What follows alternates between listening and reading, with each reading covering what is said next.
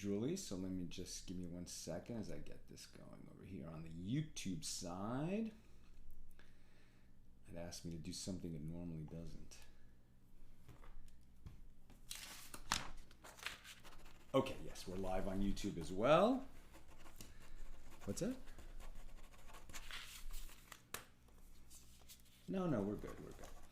Okay.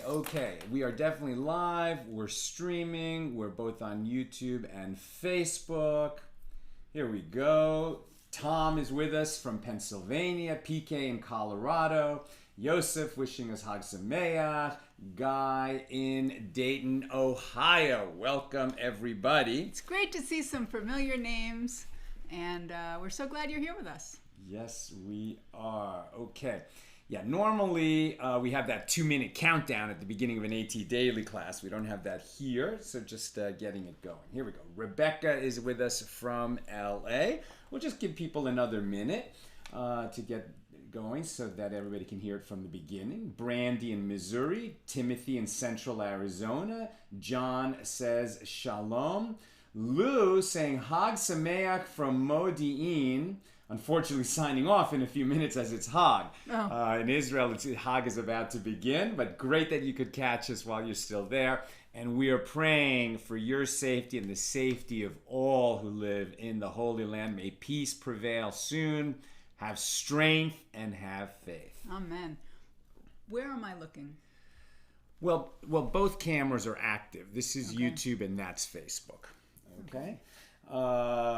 We also have the donate button on if you're watching from Facebook. This is a beautiful time to support charitable causes, particularly Torah education, as we're in Erev Shavuos and looking forward to celebrating the 3,333 years of having the Torah. It was given at Mount Sinai all those years ago on this day, meaning starts tonight. Tomorrow, the 6th of Sivan, is the anniversary of the giving of Torah. Such an important day, perhaps the most important day in all history. And there's various traditions associated with this holiday. One of them is we eat dairy, we hear the 10 Commandments read in synagogue, and we read the Book of Ruth. So here we are. We've also got Carol in Cleveland, Aletha in Mississippi, Bella in Florida. Belle Plummer is telling us that there's a bronze plaque at the University of Illinois in Champaign that commemorates the Book of Ruth. It was a dedication of a World War I war bride. Wow. Oh, wow. Nice piece of history there. Paula in Chicago. Don in Arizona. All right. Shall we get this going? Let's start our annual reading of the Book of Ruth. You want to start? Sure. Okay. Now it came... And hold on a second. By the way, we're using the Schick Megillus Ruth. So this is an illustrated version by the great artist. He's a personal favorite of ours, Artur Schick. Here is Ruth and Naomi there on the front page. And the translation into English is a little bit old-fashioned, and it's kind of nice. We like that. So here we go. The Book of Ruth is an old book, so I don't know when exactly it was added to the Bible. Hang on, what do I keep it? It'll stay down. Now that you're here, you'll just keep your finger on it. I'd rather just do this. It's a little bit hardcore. Okay.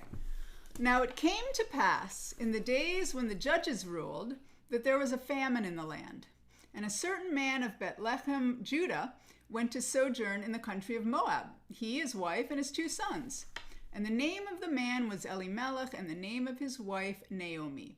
And the name of his 2 sons, Machlon and Chilion, Ephratites, I guess they're members of the tribe of Ephraim, of Bethlehem, Judah.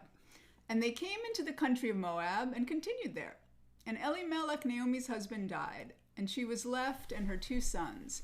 And they took them wives of the women of Moab. The name of one was Orpah, and the name of the other Ruth. And they dwelled there about 10 years.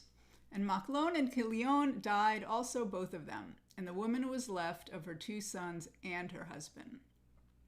Then she arose with her daughters-in-law that she might return from the country of Moab, for she had heard in the country of Moab how that the Lord had visited his people in giving them bread. So the famine was over in the land of Israel. Wherefore she went forth out of the place where she was, and her 2 daughters-in-law with her. And they went on their way to return unto the land of Judah.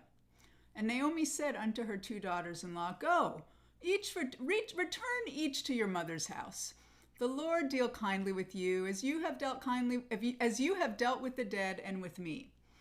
The Lord grant you that you may find rest, each of you, in the house of her husband.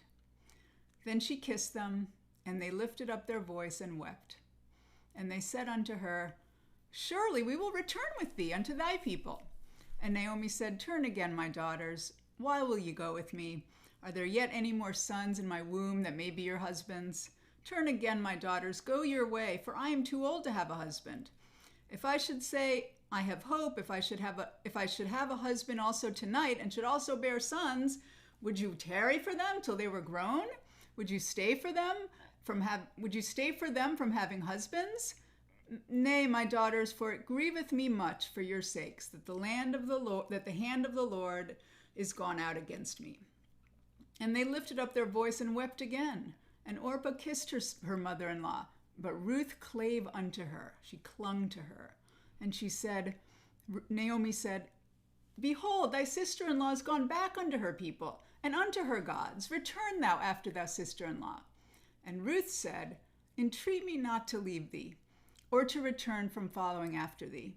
For whither thou goest, for where you go, I will go. And where you lodge, I will lodge. Your people shall be my people, and your God should be my God. Where you die, I will die, and there will I be buried. The Lord do so to me, and more also, if aught but death part thee and me. That's one of the most beautiful little verses in the Bible, I think, for a lot of people. This pledge of loyalty and love and steadfastness. It's just so beautiful. When she saw that she was steadfastly minded to go with her, then she left speaking unto her. I just want to add one little note. Can I just say a little thing? Yeah, of course. Which is, so what's the difference? So Naomi had 2 daughters-in-law, Orpah and Ruth. And clearly Naomi was a very warm and loving mother-in-law, and they both, expressed an interest in going with her and leaving their own homeland. And Naomi said, No, stay here. This is where you belong. And Orpah listened to her and said, Okay, goodbye. But Ruth stayed with Naomi, meaning that Orpah actually did what Naomi said. Naomi said, go. And Orpah was like, okay, I'll go. And Ruth didn't do what Naomi said. So who's the one that really was respecting Naomi? Well, one of the clues can be in the fact that Naomi called them her daughters. And Ruth was very refined and had good insight into character and understanding other people's psychology. And the fact that Naomi called them her daughters indicated a much closer relationship and indicated that Naomi really did want them to come with her. And so that's why Ruth is merited to be the grandmother of David, King David, and the great-grandmother of King Solomon. And she lived long enough to sit in the Temple of Solomon as the honored matriarch. And Orpah was the grandmother of Goliath. So. Wow, I didn't know that. Yeah. Wow, that's a great detail. Yeah. So they two, the 2 of them, went until they came to Bethlehem. And it came to pass, when they were come to Bethlehem, that all the city was moved about them. And they said, Is this Naomi? And she said unto them, Call me not Naomi, call me Mara. For the Almighty hath dealt very bitterly with me. I went out full, and the Lord hath brought me home again empty. Why then call me yet Naomi, seeing the Lord hath testified against me, and the Almighty hath afflicted me? So Naomi returned, and Ruth the Moabitess, her daughter-in-law, with her, which returned out of the country of Moab. And they came to Bethlehem in the beginning of the barley harvest. And Naomi had a kinsman of her husband's, a mighty man of wealth, of the family of Elimelech, and his name was Boaz. And Ruth the Moabitess said unto Naomi, Let me now go to the field and glean ears of corn after him, in whose sight I shall find grace. And she said unto her, Go, my daughter. And she went and came and gleaned in the field after the reapers, and her hap was to light on the part of a field belonging unto Boaz, who was of the kindred of Elimelech. So gleaning in the field, what is going on here? This is a mitzvah, this is a commandment in the Torah that when you harvest a field in the Holy Land, what gets left behind, what is forgotten behind, what is kind of left over, because you're not so careful as to glean every little bit when you're harvesting, and whatever's left over, you don't go back and pick it up, but you leave it for the widow and the orphan. And here we have two widows in Naomi and Ruth. And Ruth, by the way, when Elimelech and his family went to Moab, they were a wealthy, prosperous, important family of status. And the sons, they didn't just marry any old women. Ruth and Orpah were actually princesses of Moab. So Ruth could have gone back into the palace and lived the life of a princess. Instead, she stayed with Naomi, and she's living the life of somebody reduced to getting the gleanings, living a pauper living off of charity. Hold 1 second. I just want to refresh. Facebook just keeps changing everything, and then you can't see what's going on. And I thought that no donations had come in, but actually $103 have come in. And we are very grateful to people who have donated to help us share Torah with the world. Looks like Ginny Fea Akasela donated. Thank you so much, Ginny. Hold on, I'm scrolling, trying to see. And now it's not presenting me the whole list. Yeah. It's just... we will thank everybody personally after the show. We just can't see it right now, which is incredibly frustrating. Okay. But thank you, everybody who's donating. It's definitely a beautiful act to donate to charitable causes on Erev Shavuos as we approach Shavuos and the giving of Torah, and particularly organizations that promote Torah education like Accidental Talmudists. And behold, Boaz came from Bethlehem and said unto the reapers, The Lord be with you. And they answered him, The Lord bless thee. Then said Boaz unto a servant that was set over the reapers, Whose damsel is this? And the servant that was set over the reapers answered and said, It is the Moabitish damsel that came back with Naomi out of the country of Moab. And she said, I pray you, let me glean and gather after the reapers among the sheaves. And so she came, and hath continued even from the morning until now, that she tarried a little in the house. Then said Boaz unto Ruth, Hearest thou not, my daughter? Go not to glean in another field, neither go from hence, but abide here fast by my maidens. Let thine eyes be on the field that they do reap, and go thou after them.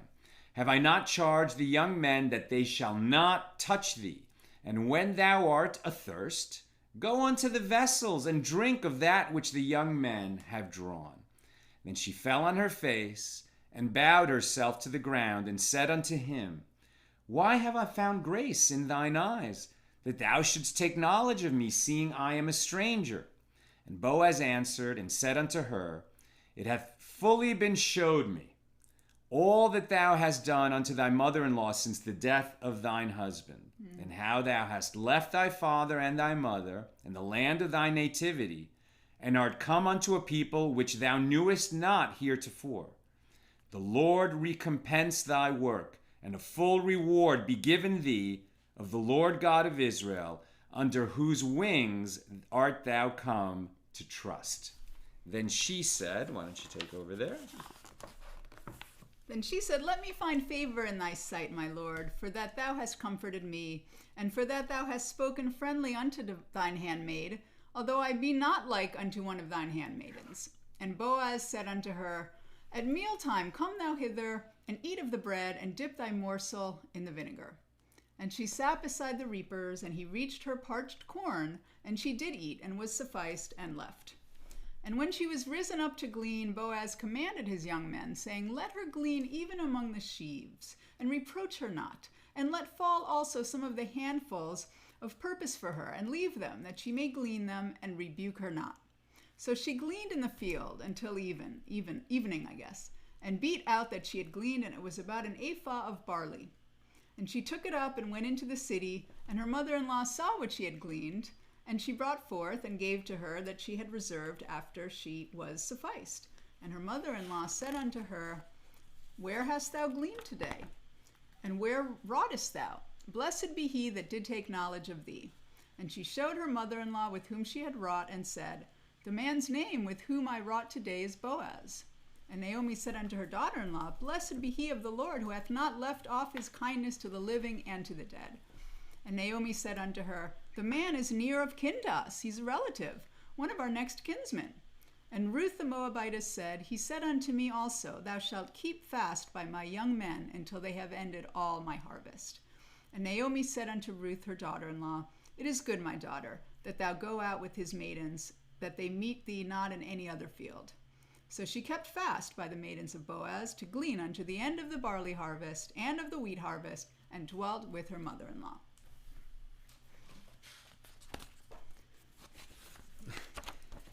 There's a pretty good illustration from Artur Schick. And this must be Ruth in the words that we're going to be reading soon, lying at the feet of Boaz. And show the cover, which is Ruth and the sheaves of wheat. Ruth and the sheaves. Okay. Then Naomi, her mother-in-law, said unto her, My daughter, shall I not seek rest for thee, that it may be well with thee? Now, is not Boaz of our kindred, with whose maidens thou wast? Behold, he winnoweth barley tonight in the threshing floor. Wash thyself therefore, and anoint thee, and put thy raiment upon thee, and get thee down to the floor. But make not thyself known unto the man until he shall have done eating and drinking.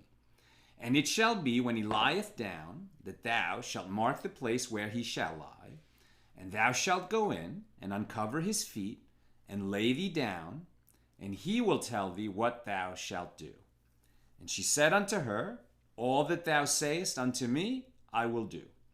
And she went down unto the floor, and did according to all that her mother-in-law bade her. And when Boaz had eaten and drunk, and his heart was merry, he went to lie down at the end of the heap of corn. And she came softly, and uncovered his feet, and there laid her down. And it came to pass at midnight that the man was afraid, and turned himself. And behold, a woman lay at his feet. And he said, Who art thou? And she answered, I am Ruth, thine handmaid. Spread therefore thy skirt over thine handmaid, for thou art a near kinsman. And he said, Blessed be thou of the Lord, my daughter, for thou hast showed more kindness in the latter end than at the beginning, inasmuch as thou followest not young men, whether poor or rich. And now, my daughter, fear not, I will do to thee all that thou requirest, for all the city of my people doth know that thou art a virtuous woman. And now it is true that I am thy near kinsman. Howbeit there is a kinsman nearer than I. Tarry this night, and it shall be in the morning that if he will perform unto thee the part of a kinsman, well, let him do the kinsman's part. But if he will not do the part of a kinsman to thee, then will I do the part of a kinsman to thee. As the Lord liveth, lie down until the morning. And she lay at his feet until the morning, and she rose up before one could know another. So they're talking about kinsmen because it's an obligation, correct, on a kinsman to marry her? What was? I mean, there's definitely the obligation of a brother. Right. But both the brothers were dead. The brothers were dead. And so he's talking about it not as the obligation of a brother, but I think it's more like this moral obligation that the near relative, just like you would redeem a captive, you know, a woman without means of support in that ancient world was almost like a captive, and he's going to do his duty by her. And notice, if he's a kinsman of Naomi, how come he's not that happy to see Naomi? How come she doesn't get a big welcome? Well, because, this prosperous family got out of town when there was a famine. And so there's a lot of kind of resentment and bad feelings. Oh, now she's coming back without anything. Also, this idea of, and she lay at his feet until the morning, and she rose up before one could know another. And some say, from when do we say the morning Shema? So one opinion is that from when you can see the difference between the blue thread and the white threads in the tzitzis, the techelis and the white threads. And another opinion is when you can discern the face of a friend, distinguish the face of a friend from the face of a stranger. That's when there's light in the sky. And what a beautiful way to measure whether a day has begun or not. Okay, here you go. And he said, "Let it not be known that a woman came unto the floor. This would be bad for your reputation." Also he said, "Bring the veil that thou hast upon thee and hold it." And when she held it, he measured 6 measures of barley and laid it on her, and she went into the city. And when she came to her mother-in-law, she said, "Who art thou, my daughter?" And she told her all that the man had done to her. And she said, "These 6 measures of barley he gave me, for he said to me, 'Don't go empty into your mother-in-law.'" Then she said, "Naomi, sit still, my daughter, until thou know how the matter will fall. For the man will not be in rest until he have finished the thing this day." Then went Boaz up to the gate and sat him down there. And behold, the kinsman of whom Boaz spoke came by, and he said to him, "Ho, such a one, turn aside, sit down here." And he turned aside and he sat down. And he took 10 men of the elders of the city and said, "Sit down here." And they sat down. And he said unto the kinsman, "Naomi, that is come again out of the country of Moab, selleth a parcel of land, which was our brother Elimelech's. And I thought to advertise thee, saying, Buy it before the inhabitants and before the elders of my people. If thou wilt redeem it, redeem it. But if thou wilt not redeem it, then tell me, that I may know. For there is none to redeem it besides thee, and I am after thee." And he said, "I will redeem it." Then said Boaz, "What day thou buyest the field of the hand of Naomi, thou must buy it also of Ruth the Moabitess, the wife of the dead, to raise up the name of the dead upon his inheritance."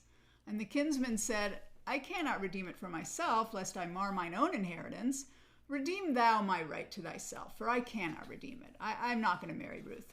Now this was the manner in former time in Israel concerning redeeming and concerning changing. For to confirm all things, a man plucked off his shoe and gave it to his neighbor.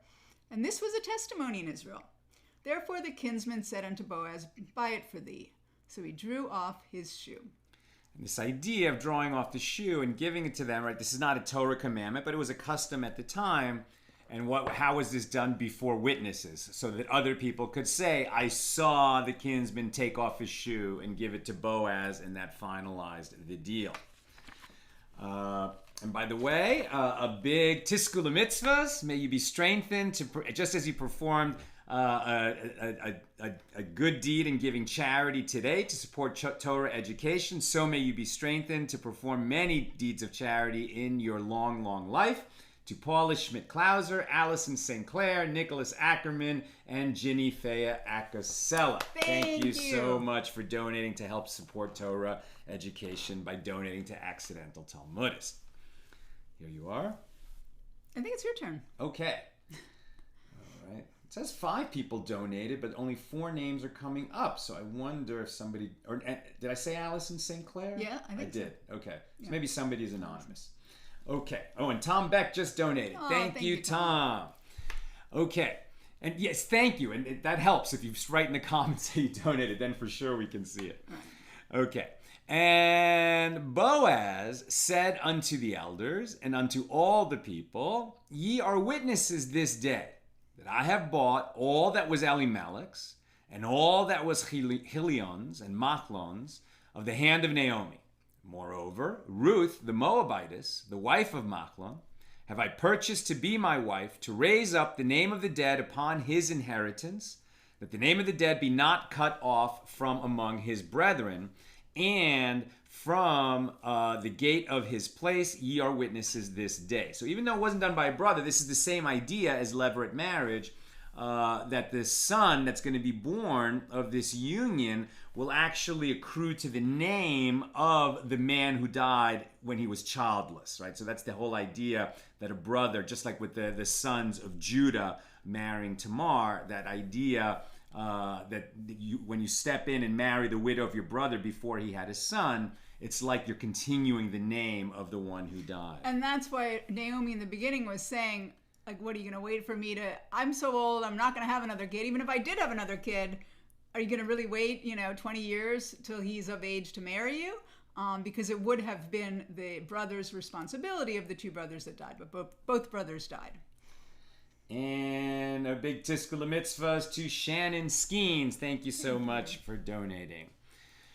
Okay, where am I? And all the people that were in the gate and the elders said, we are witnesses. The Lord make the woman that is come into thine house like Rachel and like Leah, which two did build the house of Israel. And do thou worthily in Ephratah, and be famous in Bethlehem, and let thy house be like the house of Pharez, whom Tamar bore unto Judah, of the seed, Pharez, right? Normally that's Perez, but okay, or Peretz. Whom Tamar bore unto Judah, so just like we mentioned them, of the seed which the Lord give thee of this young woman. So Boaz took Ruth, and she was his wife. And when he went in unto her, the Lord gave her conception, and she bore a son. And the women said unto Naomi, Blessed be the Lord, which hath not left thee this day without a kinsman, that his name may be famous in Israel. And he shall be unto thee a restorer of thy life, and a nourisher of thine old age. For thy daughter-in-law, which loveth thee, which is better to thee than 7 sons, hath borne him. And Naomi took the child and laid it in her bosom, and became nurse unto it. And the women, her neighbors, gave it a name, saying, There is born to Naomi. And they called his name Oved. And he is the father of Jesse, the father of David, i.e. King David. Now, these are the generations of Perez. Perez begat Hezron, and Hezron begot Ram, and Ram begat Aminadab, and Aminadab, who came out of Egypt, begat Nachshon, and Nachshon begat Salmon, and Salmon begat Boaz. And Boaz begat Oved, and Oved begat Jesse, and Jesse begat David. So I guess Ruth is the great-grandmother. The great-grandmother. Right, not the grandmother, the great-grandmother of King David. And here we finish the Book of Ruth by the artist Artur Schick with a beautiful illustration of King David.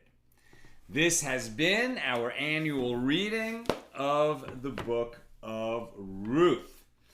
Marjorie Feldman asks, thank you so much for donations from Rebecca Cohen and PK Sakara. Maybe you'll be strengthened to do more good deeds to 120. Amen. Marjorie says, my mother always gifted a newly married couple with the Megillos. Is this traditional? Huh. I don't know. That's a beautiful gift, though. It's a beautiful gift. It's a good idea. It's a very good idea. Yeah, we may steal that idea. It may be a tradition, or your mother may have started that tradition. I don't know. Beautiful. She probably got it from somewhere. But anyway, thank you for sharing that. I don't see any other questions or comments right now. Also, Carrie Torn Masterson donated. Thank you so much. Tiskula Mitzvahs. And this is beautiful. We've raised $396 to help Accidental Talmudists in our mission of bringing the Jews closer to Judaism and the whole world closer to God by sharing Jewish wisdom with everybody. Thank you for supporting our organization. Thank you for being with us today as we read the Book of Ruth. For those who are celebrating Shavuos, it begins tonight. May you have a sweet, sweet festival. One last thought. So Shavuos is one of the 3 regalim, meaning the pilgrimage festivals, because you walk up, your feet take you up to Jerusalem. And those are Passover, Shavuos, and Sukkot. Passover and Sukkot are a week-long holiday. Shavuos in the land of Israel is just one day. If their 3 are on the same level, and Shavuos celebrates the giving of Torah at Mount Sinai, why is it only a day? Why is it only a day? You want to share? I'll say you should. Well, I think it's because it's only a day because they're coming when they're gleaning the fields, correct? Exactly. And if a farmer leaves for a whole week, that's a problem. So, God loves us so much that he, at this particular time of year, wasn't appropriate to have us come for a week, only for a day. It's the considerateness, the consideration of God. Say, okay, at the beginning of the season, before it really starts, you could take a week off. At the end of the planting season, when you're celebrating the harvest, you could take a week off. In the middle, I need you in Jerusalem, but I'm not going to tax you so much that you have to come spend a week here. Exactly. So it's the goodness of God to make Shavuos just one day. All right, my friends, have a beautiful, beautiful Hag. Have a beautiful day. We're sending you all the best and all our love from Ellen.